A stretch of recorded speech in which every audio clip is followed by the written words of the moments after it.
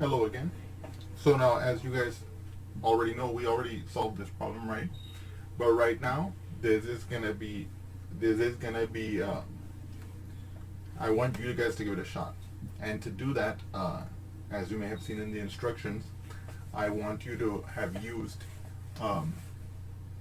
k for Karla as the variable, so that you can see if you can set up the equation and solve the problem, kind of like get a second chance of learning out of this problem. Okay.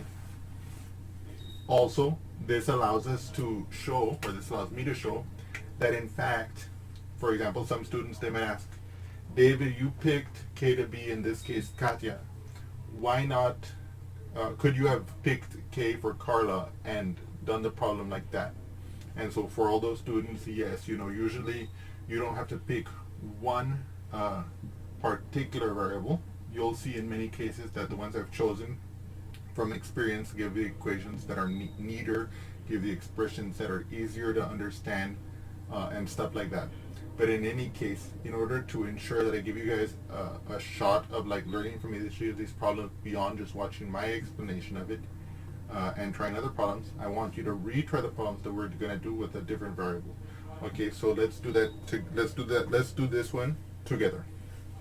So again, so right now we're going to let K represent Karla's age. Okay, let K be Karla's age. Okay, K is Karla's age. Let's read this together. Karla is 4 years older than Katia. K is Karla's age. How old is Katia? K minus 4, right?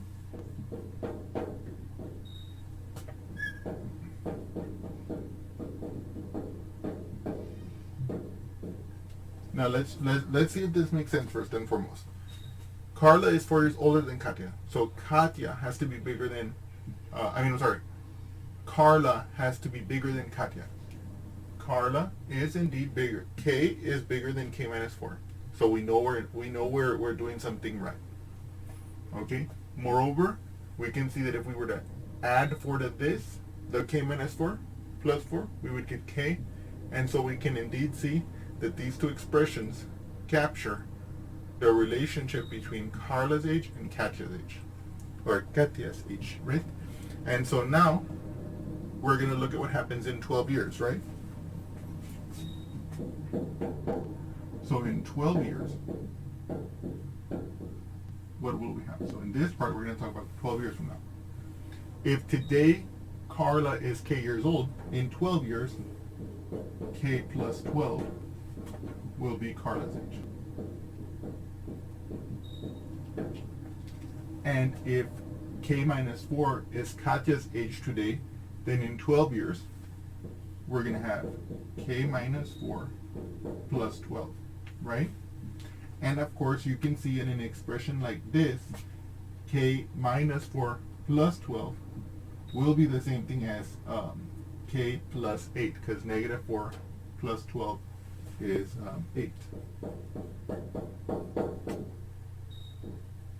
Okay, this will be Katia's age in 12 years.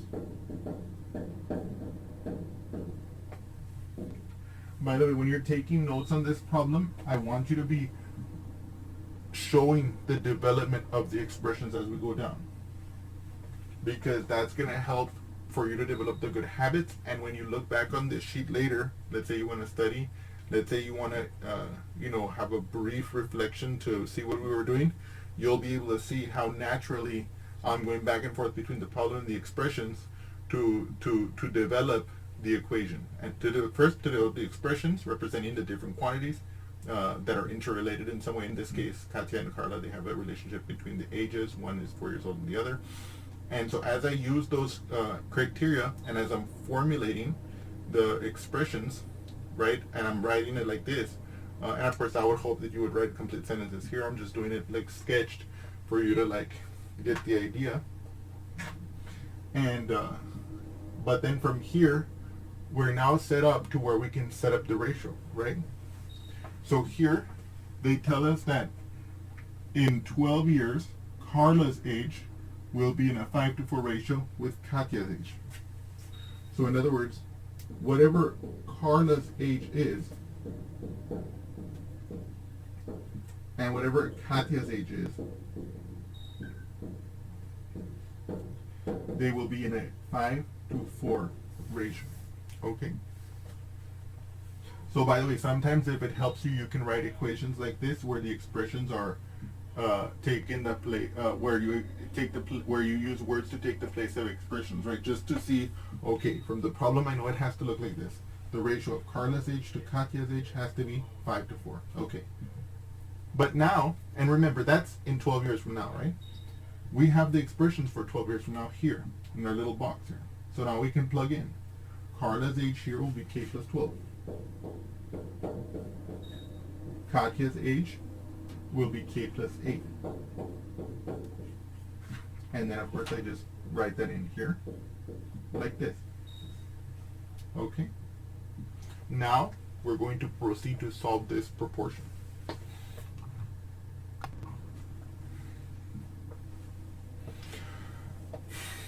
So now, we have here our equation that we got earlier. And just as a reminder, we know that if we have a fraction a over b equal to a fraction c over d, then the a times the d will equal to the b times the c. Okay? Okay. So in this case, we're going to use that fact to simplify this equation. We're going to multiply this k plus 12 times this 4. Okay?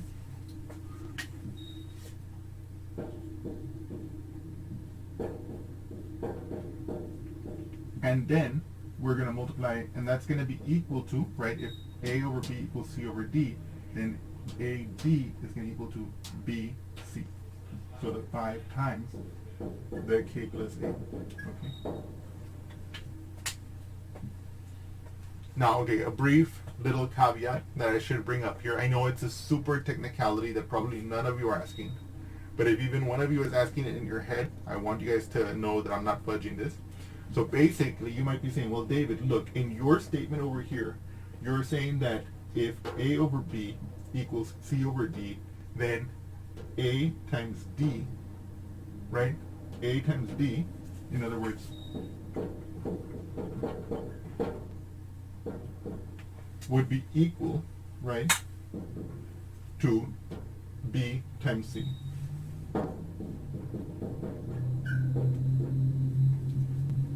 But you wrote it like this. Are these the same thing? So let me answer it this way. Here, this and this are not the same thing.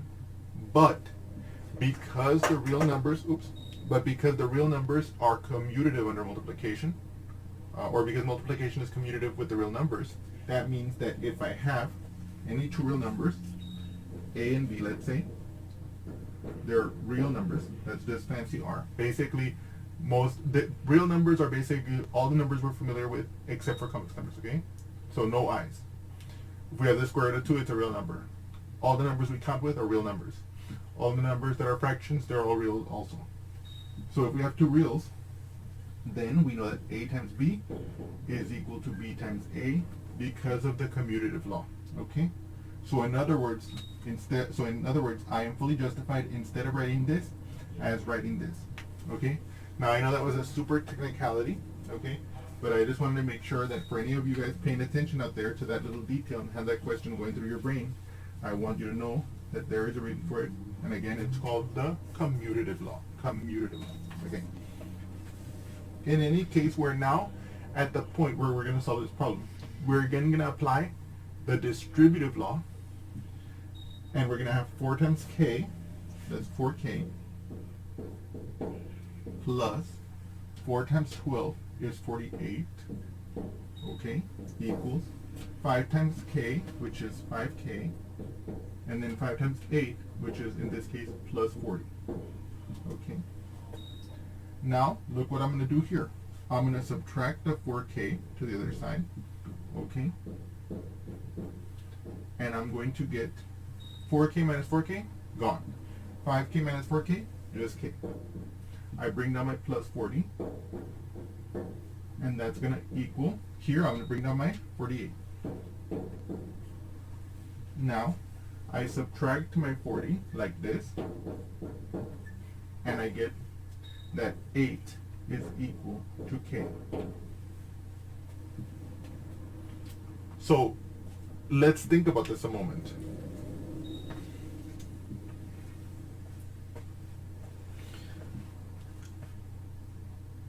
Does this make sense? So we remember, well, of course, look, I know all of you, that you guys probably just watched my other video. You guys know that, in fact, this is exactly what we were expecting to get, right? But let's look at this together. So 8 would be K. K is Karla's age.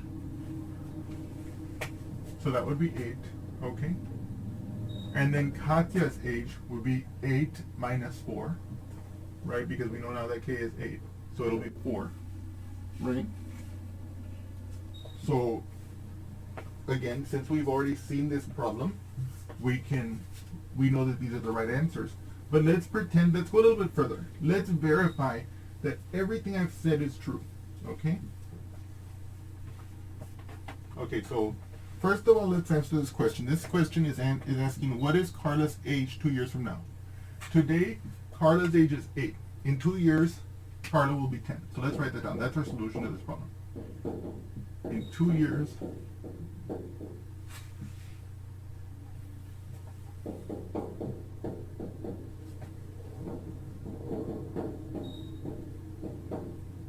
okay, in 2 years, Karla will be 10. That's the answer to our question.